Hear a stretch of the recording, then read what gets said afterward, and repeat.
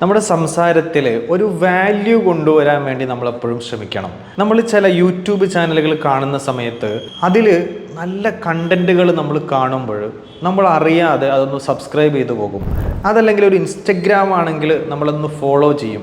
ഇത് അവർ പറഞ്ഞിട്ട് നമ്മൾ ചെയ്യുന്നതാകില്ല, മറിച്ച് അതിൽ കണ്ടൻ്റ് ഉള്ളത് കൊണ്ട് ആ ഒരു പേജ് അതല്ലെങ്കിൽ ആ ഒരു ചാനൽ നമുക്ക് വാല്യൂസ് തരുന്നത് കൊണ്ട് അവർ പറയാതെ തന്നെ നമ്മൾ അവരെ സബ്സ്ക്രൈബ് ചെയ്യും, ഫോളോ ചെയ്യും. ഇതുപോലെ തന്നെ നമ്മൾ പറയുന്നതിൽ, നമ്മൾ സംസാരിക്കുന്നതിൽ, നമ്മൾ ഇടപഴകുന്നതിൽ, നമ്മുടെ വാക്കുകളിൽ എന്തെങ്കിലുമൊക്കെ ആളുകൾക്ക് കിട്ടുന്നുണ്ടോ, ഇതിനൊരു വാല്യൂ ഉണ്ടോ, ഇതിനൊരു പുതുമയുണ്ടോ എങ്കിൽ അവർ നമ്മളെ സബ്സ്ക്രൈബ് ചെയ്യും. എന്ന് പറഞ്ഞു കഴിഞ്ഞാൽ അവർ നമ്മളെ തേടി വരും. നമ്മളൊരു ബസ്സിൽ യാത്ര ചെയ്യുന്ന സമയത്ത് കുറേ നേരം ഒരാളുടെ അടുത്ത് ഇങ്ങനെ ഇരിക്കുന്നുണ്ട്. അങ്ങനെ ഇറങ്ങാൻ നേരത്ത് അദ്ദേഹത്തെ വെറുതെ ഒന്ന് പരിചയപ്പെടാണ്.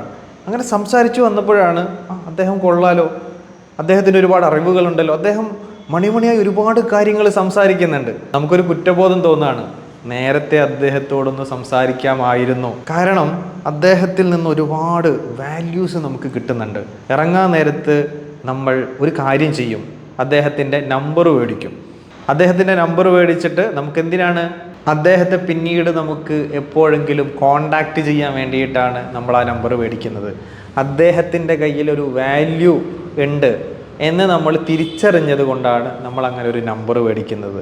ഇങ്ങനെ നമ്മളോട് സംസാരിക്കുന്ന ആളുകൾ നമ്മളിലേക്ക് തന്നെ തിരിച്ചു വരുമോ, അതല്ല നമ്മളെ കാണുമ്പോൾ ഭയന്നു പോകുമോ, നമ്മളോട് സംസാരിച്ചതിന് ശേഷം നമ്മുടെ നമ്പർ മേടിക്കാൻ ഉള്ള ഒരു പാകത്തിലുള്ള ഒരു വാല്യൂ നമ്മൾ കൊടുക്കുന്നുണ്ടോ, നമ്മൾ പറയുന്ന സംസാരം കേട്ടിട്ട് നമ്മളുടെ ചാനൽ സബ്സ്ക്രൈബ് ചെയ്യുന്നുണ്ടോ എന്ന് നമ്മൾ ചിന്തിച്ചുകൊണ്ട് നമ്മുടെ കണ്ടൻറ്റുകൾ ഡെവലപ്പ് ചെയ്യാനും നമ്മളുടെ വാല്യൂസ്, നമ്മുടെ സംസാരത്തിൽ വാല്യൂസ് കൊണ്ടുവരാനും നമ്മൾ ശ്രമിക്കേണ്ടതുണ്ട്.